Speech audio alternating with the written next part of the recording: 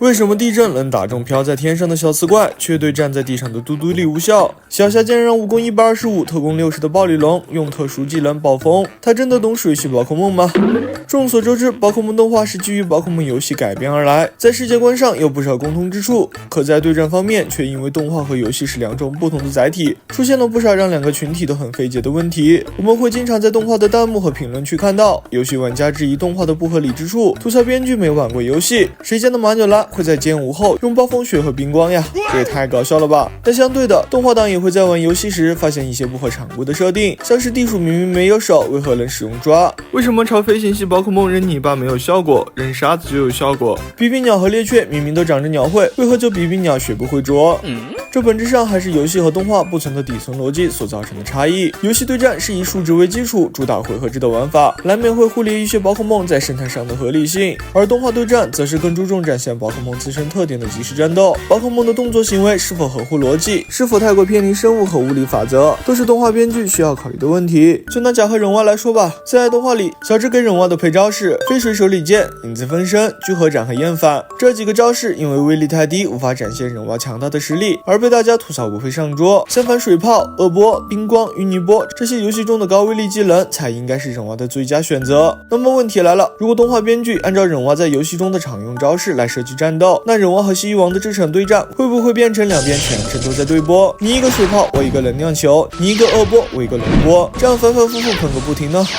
我想这是显而易见的，也是大家不愿看到的吧。毕竟远程对轰真没有近身战精彩，就好比看火影忍者，体术肉搏永远要比忍术对轰更有看头，也更能展现画师的功底。大家经常说的作画回，经费在燃烧，除了技能特效要拉满，更多指的是行云流水，看得人目不暇接的打斗动作。所以哪怕很多宝可梦是特攻手，动画编剧也会给他们安排物理技能，让他们去贴身肉搏，来增加对战的观赏性。此外，游戏玩家在对战中为了让宝可梦有极致的输出，选用大威力技能，这无可厚非，能学到终极吸取就肯定不用超级吸取，能学喷射火焰就没理由继续用火花，哪个技能伤害更高，特效更好，命中更稳定，自然就用哪个。但在动画里，突出宝可梦自身的特点往往会成为编剧考量的第一要素。忍蛙区别于其他青蛙、蛤蟆宝可梦和水系宝可梦最显著的特征就是它身上的忍者元素，所以即便这4个技能威力很低，但却非常贴合它作为忍者宝可梦的特质，这是冰光、恶波、淤泥炸弹永远替代不了的。同样的，竹篮给罗斯雷朵带的毒系技能是毒剂而不是淤泥炸弹，很明显比起扔一坨淤泥出去用毒刺发动攻击会更适合罗斯雷朵这只玫瑰宝可梦。再比如，不管神速、近身战、子弹拳、会心拳对于卢卡利欧的优先级有多高，但在动画里，卢卡利欧这个波导的勇者必须绑死波导弹，没得商量。游戏中有很多技能在设计之初就是为了某只宝可梦量身定制的，以放大它身上的特点，像是火焰姬的火焰踢、西施海人的泡影的咏叹调、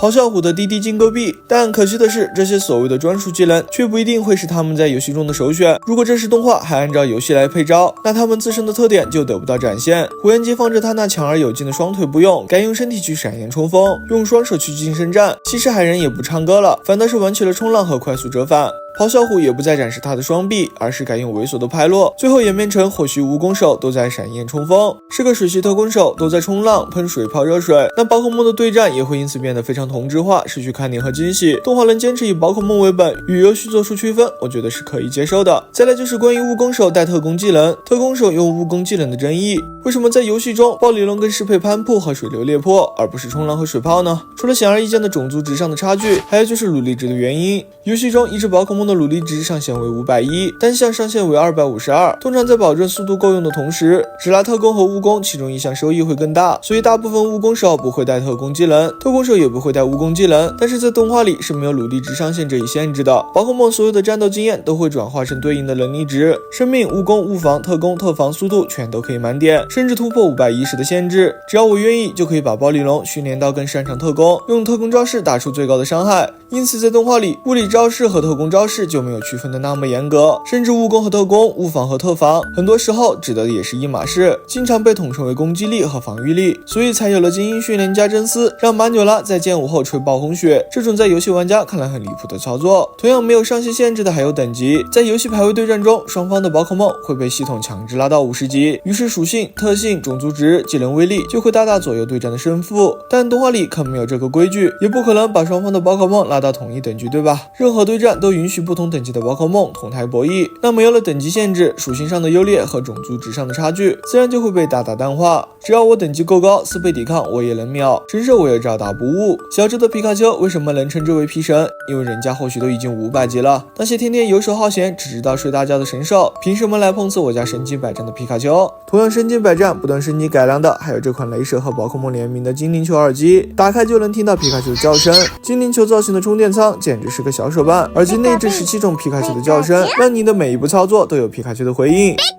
ANC 降噪功能大升级，沉浸感大幅提升，自带 2.4G 赫兹接收器和低功率蓝牙，支持双无线模式，搞定电脑、手机、平板、Switch 等多种设备，同时还做到了电竞级、低延迟，游戏上分更容易。连接手机 APP 还能自定义皮卡丘的颜色，我的皮卡丘是闪光的，你的呢？这时你可能会问了，宝可梦动画是根据游戏改编而来的，为什么却不遵循游戏的设定呢？原因很简单，因为很多机制放在游戏里是合理的，但放在动画里就很反常识。比如开头提到的小刺怪明明是漂浮在空中的，甚至还可以飞得很高，那它凭什么会被地震打中？飞行系的嘟嘟力明明是站在地上的，又凭什么不会受到地震的波及呢？这说不过去啊。再比如小只带着100级的皮卡丘继续修行，难道皮卡丘就停止成长，能力不能提升了？这显然是不合理的。再比如藤鞭这个技能，它不可能只有鞭打敌人这一种用法吧？缠住对手的嘴巴，给敌人使绊子，用来搬运货物、悬崖救人，这些都是可以办到的，也是理应办到的。那对于这样一个在对战和生活冒险中都非常实用的技能，我没有理由把它忘掉，去学一个只有巴掌大，看上去还很好闪避的能量球，对吧？提到闪避攻击，这也很值得一聊。我们在生活中朝路边的小猫小狗扔块石头，它们都知道跑开。那面对敌人的攻击，宝可梦有能力闪避的话，那当然要闪避咯。谁会傻傻的待在原地不动应接攻击呢？游戏扣掉闪避键是游戏玩法决定的，但动画需要展现宝可梦世界的真实性，强调宝可梦的主观能动性。快避开这一指令就有它存在的意义。动画要是无脑照搬游戏中的设定，那只会让动画的世界观变得非常割裂。适当的取舍改编是很有必要的，大家大可把游戏和动画当成2个不同的世界观来看待就好。好了，本期视频就到这里了。如果你也喜欢我的宝可梦杂谈视频，还请点个关注，你的支持是我持续更新的动力。那么下期再见，拜拜。